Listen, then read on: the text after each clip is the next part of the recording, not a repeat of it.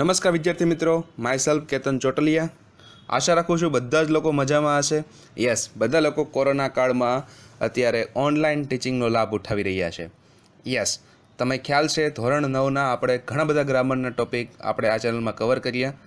હવેનો જે ટોપિક છે ફંક્શન, જે તમે સ્ક્રીન પર જોઈ શકો છો, એ થોડો ટોપિક લાંબો છે પણ કામનો ખૂબ જ છે, પ્રેક્ટિકલ લાઈફમાં ઉપયોગમાં આવે એવો ટોપિક છે।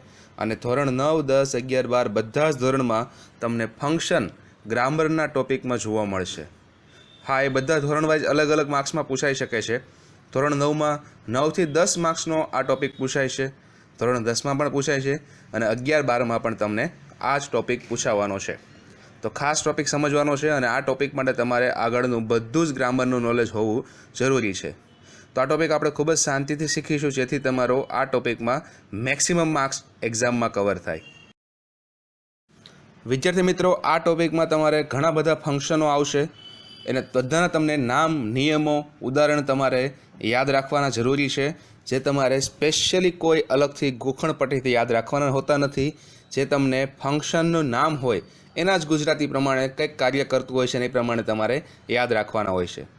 ફંક્શન એક્ઝામમાં રાખવાનો હેતુ, અભ્યાસક્રમમાં રાખવાનો હેતુ એ જ છે કે વિદ્યાર્થીનું પ્રેક્ટિકલ નોલેજ ઇંગ્લિશ પ્રત્યેનું વધે અને તમને ખ્યાલ પણ આવી જશે જેટલા બી ફંક્શન છે એમાં જે તમને સૂચના આપેલી હોય એ જ પ્રમાણે વાક્યો આવતા હોય છે, એટલે સરળતાથી તમને ઇંગ્લિશનો પ્રેક્ટિકલ લાઈફમાં ઉપયોગ કઈ રીતે થઈ શકાય એના માટે ફંક્શન આપણા અભ્યાસક્રમમાં આપેલું છે, જે શીખવું ખૂબ જ જરૂરી છે અને આગળના બધા જ ધોરણોમાં કામમાં આવવાનો છે, પ્રેક્ટિકલ ટોપિક છે। તો ખાસ મેક્સિમમ 1 by 1 આપણે બધા જ ફંક્શન વિડીયોની મદદથી શીખીશું। તો વધીએ આજના ટોપિક પર। તો જોઈએ સૌથી પહેલું ફંક્શન। યસ, તમે સ્ક્રીન પર જોઈ શકો છો, describing the past event. Yes, describe એટલે વર્ણન કરવું, પાસ્ટ ઇવેન્ટ એટલે ભૂતકાળની ઘટના।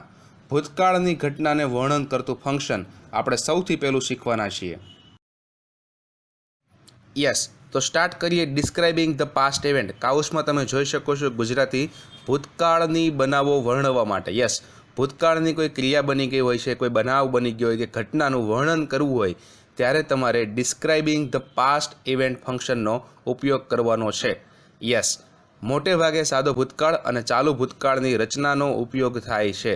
યસ, તો તમે આ મુદ્દા પરથી સમજી શકો શું કામ સાદો ભૂતકાળ અને ચાલુ ભૂતકાળ, કેમ કે આપણે વાત બધી ભૂતકાળની કરવાની છે, ભૂતકાળની કોઈ ક્રિયા બનાવ કે ઘટનાનું વર્ણન કરવાનું છે।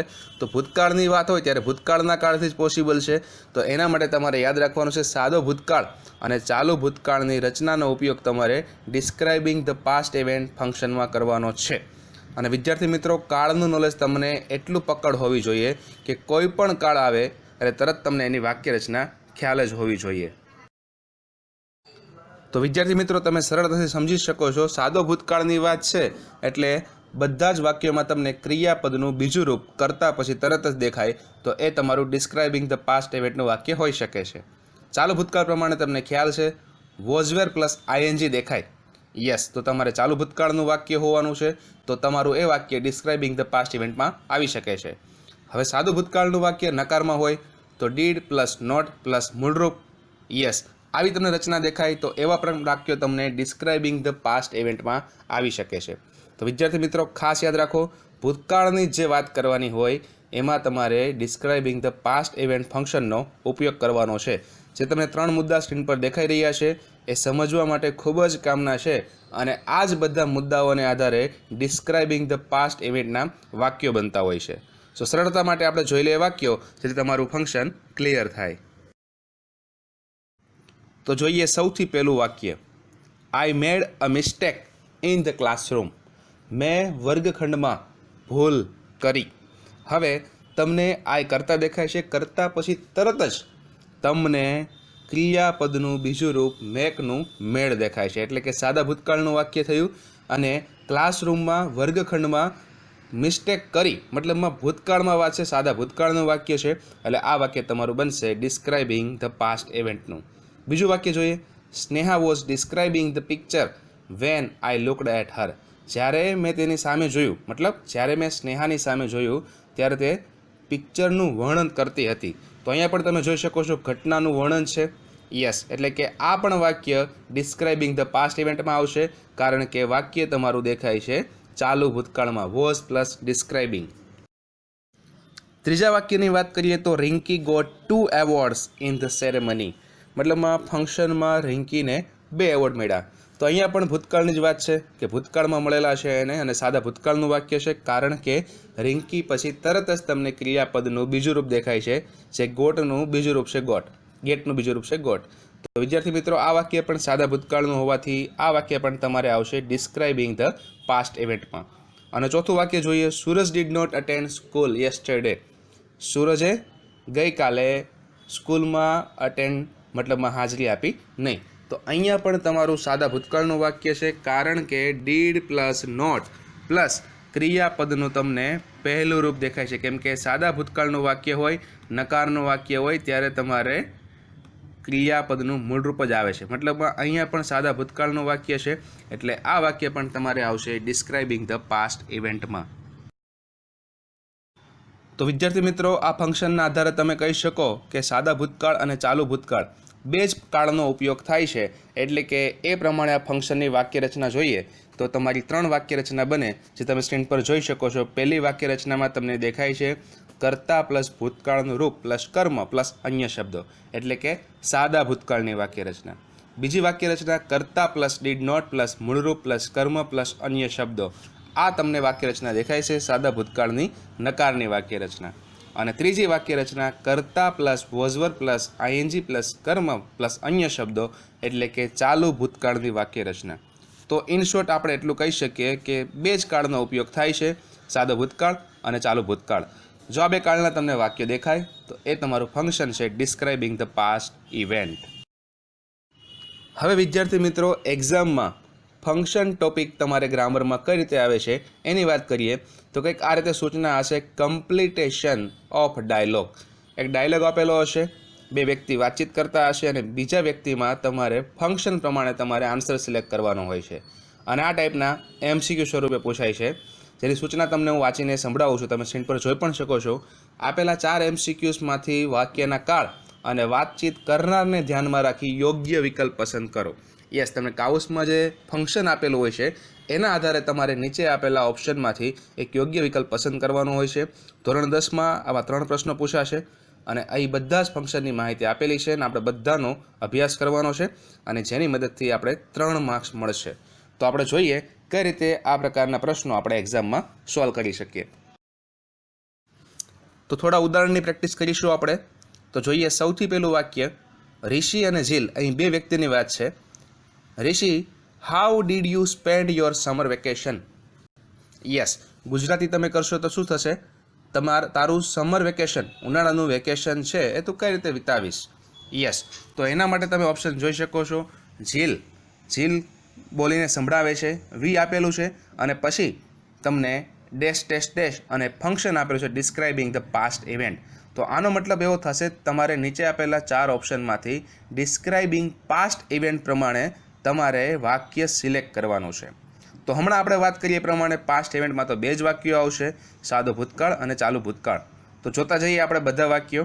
તો પહેલા ઓપ્શનમાં તો ગ્રેટ ખાલી આપેલું છે, જે પોસિબલ નથી. બીજા વાક્યમાં you should not modal auxiliary છે એટલે એ પણ આવવાનું નથી.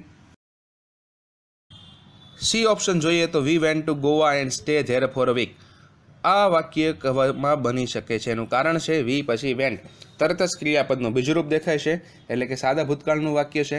અને ફંક્શન પ્રમાણે ડિસ્ક્રાઇબિંગ પાસ્ટ ઇવેન્ટમાં તો સાદો ભૂતકાળ અને ચાલુ ભૂતકાળ જ આવે છે. તો સાદા ભૂતકાળનું વાક્ય તમને સી ઓપ્શન દેખાય છે. ચોથા ઓપ્શનની વાત કરીએ, વી always go on a tour. V always go એટલે કે આ તમારું છે સાદા વર્તમાનકાળનું છે, તો તમારું આવતું જ નથી ડિસ્ક્રાઇબિંગ પાસ્ટ ઇવેન્ટમાં. તો તમારી પાસે 4 ઓપ્શનમાંથી એક જ ઓપ્શન વધે છે, option number C, we went to Goa and stayed there for a week. હવે તમે અહીં જોઈ શકો છો, તમે બે લોકો વાત કરતા એ પ્રમાણે તમે સેટ કરશો તો તમને ખ્યાલ આવી પણ જશે. તમારું ઉનાળાનું વેકેશન તું કઈ રીતે વિતાવીશ? તો એનો જવાબ આપે છે, અમે ગોવા જઈશું અને ત્યાં અમે 1 વીક રોકાઈશું. મતલબમાં આવી રીતે પ્રેક્ટિકલી ફંક્શનનો ઉપયોગ થાય છે. તો વિદ્યાર્થી મિત્રો, આવી રીતે ધોરણ 9 અને 10માં તમારે MCQ સ્વરૂપે ફંક્શન પૂછાય છે, જેમાં તમને 2 વ્યક્તિ આપેલા હોય છે, 2 વ્યક્તિ વચ્ચેની વાતચીત હોય છે, કાઉસમાં ફંક્શન આપેલું હોય છે અને ફંક્શનના આધારે નિયમોના આધારે તમારે નીચેના 4 ઓપ્શનમાંથી એક ઓપ્શન સિલેક્ટ કરવાનો છે જેનો તમને માર્ક્સ મળતો હોય છે. ખૂબ જ સરળ ટોપિક છે, પ્રેક્ટિકલ ટોપિક છે. તો વધારે સરળતા માટે આપણે હજુ એક ઉદાહરણ જોઈ લઈએ. તો હવે આપણે જોઈએ બીજું વાક્ય. તમે સ્ક્રીન પર જોઈ શકો છો, તમને 2 વ્યક્તિ ધ્રુવી અને મિત્તલ દેખાઈ રહી છે. ધ્રુવી મિત્તલને કહે છે, I saw new film on this Sunday. મેં આ રવિવારે નવું મૂવી જોયું. યસ. તો મિત્તલ એને જવાબ આપશે ડિસ્ક્રાઇબિંગ પાસ્ટ ઇવેન્ટ ફંક્શન પ્રમાણે. યસ. તો નીચે આપેલા 4 ઓપ્શન આપણે વારાફરતી જોતા જઈએ. પહેલું છે you should complete your homework first. Should I model auxiliary, જે પોસિબલ નથી ડિસ્ક્રાઇબિંગ પાસ્ટ ઇવેન્ટમાં. બીજું વાક્ય જોઈએ, આઈ visited my uncle's house this Sunday. Yes. Match થતું વાક્ય દેખાય છે કારણ કે આઈ વિઝિટેડ, આઈ પછી તરત જ તમને ક્રિયાપદનું બીજું રૂપ દેખાય છે, એટલે ઓપ્શન બી તમારો હોઈ શકે. ત્રીજા ઓપ્શનની વાત કરીએ, આઈ કેન સ્વિમ, ફરીથી મોડલ ઓક્ઝિલરી, પોસિબલ નથી. અને ચોથું વાક્ય વી હેવ વન, એટલે કે પૂર્ણ વર્તમાનકાળ, જે ડિસ્ક્રાઇબિંગ પાસ્ટ ઇવેન્ટમાં શક્ય જ નથી. તો અહીં તમારો એક જ ઓપ્શન બચે છે અને એ ઓપ્શન ડિસ્ક્રાઇબિંગ પાસ્ટ ઇવેન્ટના નિયમ પ્રમાણે છે option B, I visited my uncle's house this Sunday. તો વિદ્યાર્થી મિત્રો, આવી રીતે બીજા ક્વેશ્ચનમાં તમારે ઓપ્શન બી આન્સર આવશે અને તમે બંને વ્યક્તિની વાતચીતને કમ્પેર કરશો તો મેચ પણ થાય છે, જે આપણે નિયમ પ્રમાણે પ્રેક્ટિકલ પ્રમાણે ફંક્શનનો યુઝ થાય છે. ધ્રુવી કહે છે કે મેં આ રવિવારે નવું મૂવી જોયું અને મિત્તલ કહે છે કે આ રવિવારે હું મારા કાકાને ત્યાં મુલાકાત કરી. મતલબમાં બંને સાદા ભૂતકાળમાં જ વાત થઈ અને બંનેમાં ડિસ્ક્રાઇબિંગ પાસ્ટ ઇવેન્ટ પ્રમાણે વાર્તાલાપ પણ થયેલો દેખાય છે. હવે આ જ ટોપિક બીજી કઈ રીતે પૂછાય છે એક્ઝામમાં એની પણ ડિસ્કસ કરી લઈએ. હવે કમ્પ્લીટેશન ઓફ સેન્ટેન્સ. યસ, આગળ હતું એ એમસીક્યુ પ્રમાણે હતું અને હવે છે તમારે કાઉસમાં ફંક્શન આપેલું હશે અને સાથે સાથે એ પ્રશ્નોના વાક્યો અધૂરા હશે અને કાઉસમાં જે ફંક્શન આપેલું છે એ ફંક્શનને આધારે તમારે નિયમને આધારે વાક્ય રચનાને આધારે એ વાક્ય પૂરું કરવાનું છે. હવે જ્યારે વાક્ય પૂરું કરવાની વાત આવે ત્યારે બધા જ વિદ્યાર્થી અલગ અલગ લિમિટેશનના કારણે બધા વિદ્યાર્થીઓ અલગ અલગ પ્રકારના વાક્ય બનાવી શકે છે, જે વાક્ય તમારા વાક્ય રચના પ્રમાણે અને ફંક્શનના આધારે હોવા જરૂરી છે. ધોરણ 10 અને 9 બંનેમાં આ જ પ્રકારની રચના 3 માર્ક્સમાં પૂછાય છે, જે ખૂબ સરળ હોય છે, જેના માટે તમને વધારે નોલેજ હોવું જરૂરી છે અને સરળતાથી તમે માર્ક્સ કમ્પ્લીટેશન ઓફ સેન્ટેન્સમાં ફંક્શનમાં પણ મેળવી શકો છો. તો વધુ સરળતા માટે આપણે ઉદાહરણ જોઈ લઈએ જેથી વધુ ખ્યાલ આવે. તો જોઈએ ઉદાહરણ પહેલું, હી ડીડ.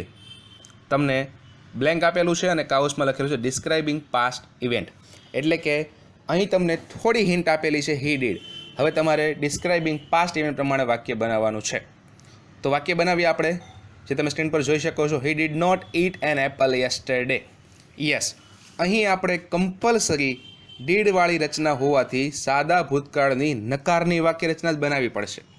યસ, તો તમારે ખાસ યાદ રાખવાનું છે ડિસ્ક્રાઇબિંગ પાસ્ટ ઇવેન્ટમાં સાદો ભૂતકાળ અને ચાલુ ભૂતકાળ 2 વાક્ય રચનામાંથી તમે કોઈ પણ યુઝ કરી શકો, પણ અહીં તમને વાક્યમાં ડીડ આપેલું હોવાથી તમારે કમ્પલસરી સાદા ભૂતકાળની નકારની વાક્ય રચના જ બનાવવાની છે.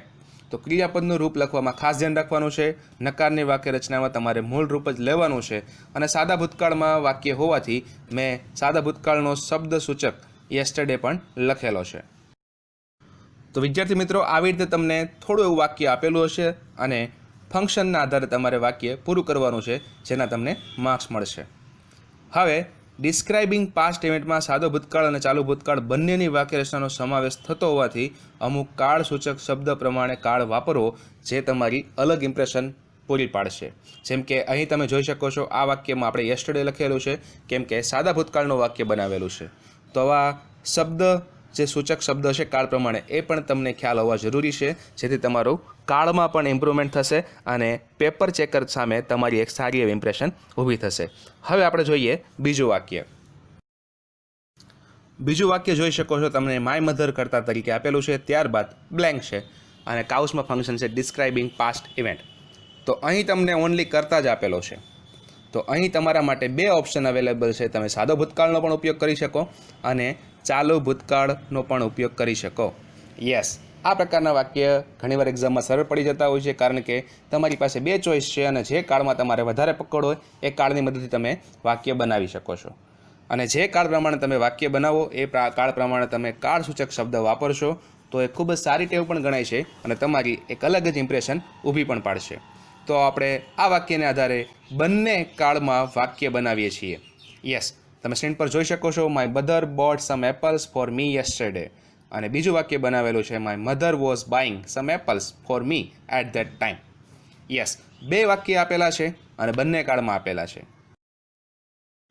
અને તમે જોઈ શકો છો પહેલા વાક્યમાં કાળ સૂચક શબ્દ આપણે વાપરેલો છે યસ્ટરડે, કેમ કે સાદા ભૂતકાળનું છે, અને બીજા વાક્યમાં કાળ સૂચક શબ્દ આપણે વાપરેલો છે એટ ધેટ ટાઈમ, જે છે ચાલુ ભૂતકાળનું.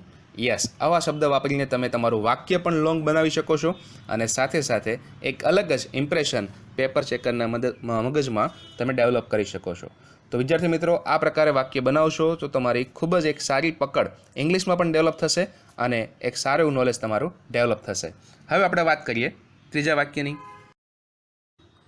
લાસ્ટ મંથ મિસ્ટર મોદી, ત્યારબાદ બ્લેન્ક આપેલું છે અને ફંક્શન ડિસ્ક્રાઇબિંગ પાસ્ટ ઇવેન્ટ.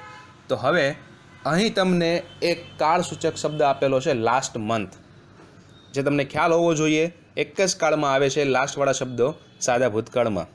તો અહીં તમારે કમ્પલસરી સાદા ભૂતકાળની વાક્ય રચના જ વાપરવી પડશે.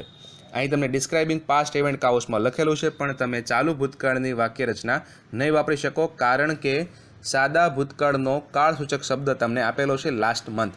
તો તમારે કમ્પલસરી સાદા ભૂતકાળની જ વાક્ય રચના પ્રમાણે વાક્ય બનાવવાનું છે.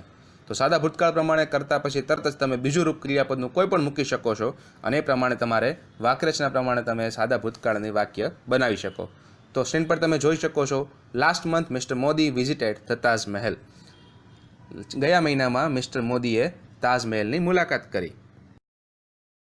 તો વિદ્યાર્થી મિત્રો, ખાસ યાદ રાખવાનું છે, ઘણીવાર તમને કાળસૂચક શબ્દ પહેલેથી જ આપેલો હોય તો તમારી પાસે કોઈ ચોઈસ રહેતી નથી. તમારે એ જ કાળસૂચક પ્રમાણે તમારે એ જ કાળની વાક્ય રચનાનો ઉપયોગ કરવાનો છે અને એ પ્રમાણે વાક્ય બનાવવાનું છે.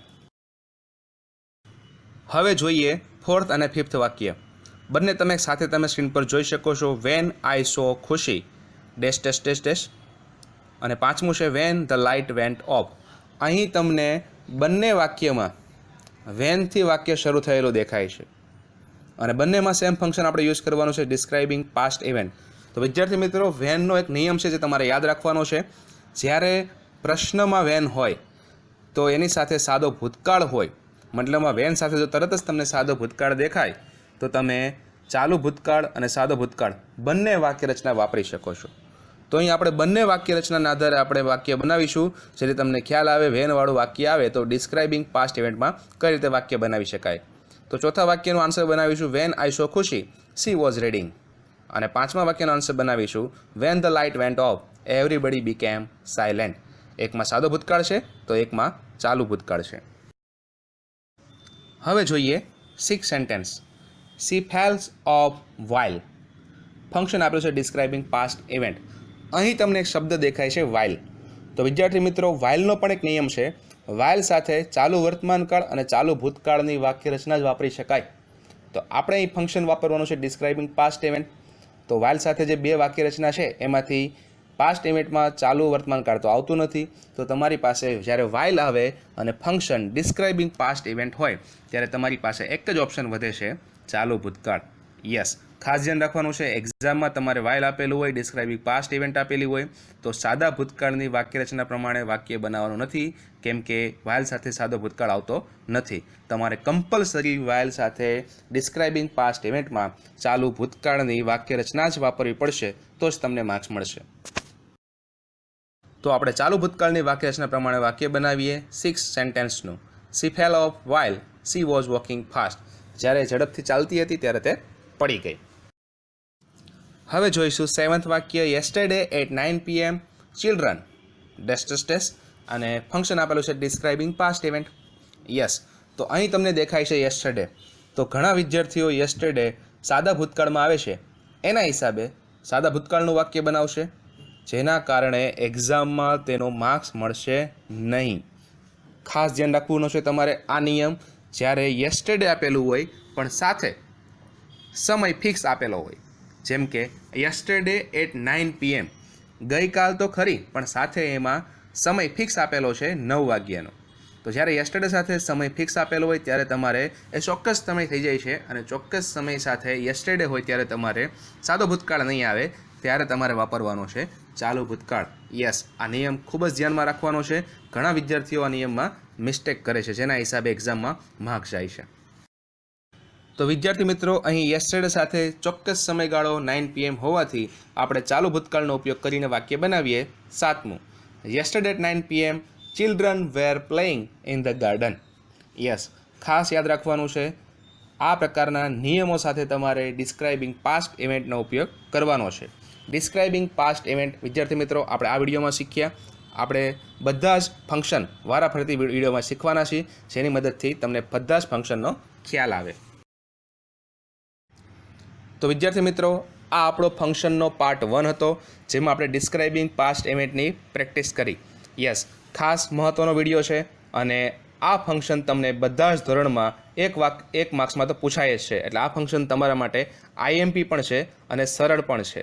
ડિસ્ક્રાઇબિંગ પાસ્ટ ઇવેન્ટમાં યાદ રાખો, બે જ કાળનો ઉપયોગ થાય છે, સાદો ભૂતકાળ અને ચાલુ ભૂતકાળ. અમુક નિયમો છે, અમુક તમારે વાક્યરચના યાદ રાખવાની છે, એ પ્રમાણે તમારે કામ કરવાનું છે.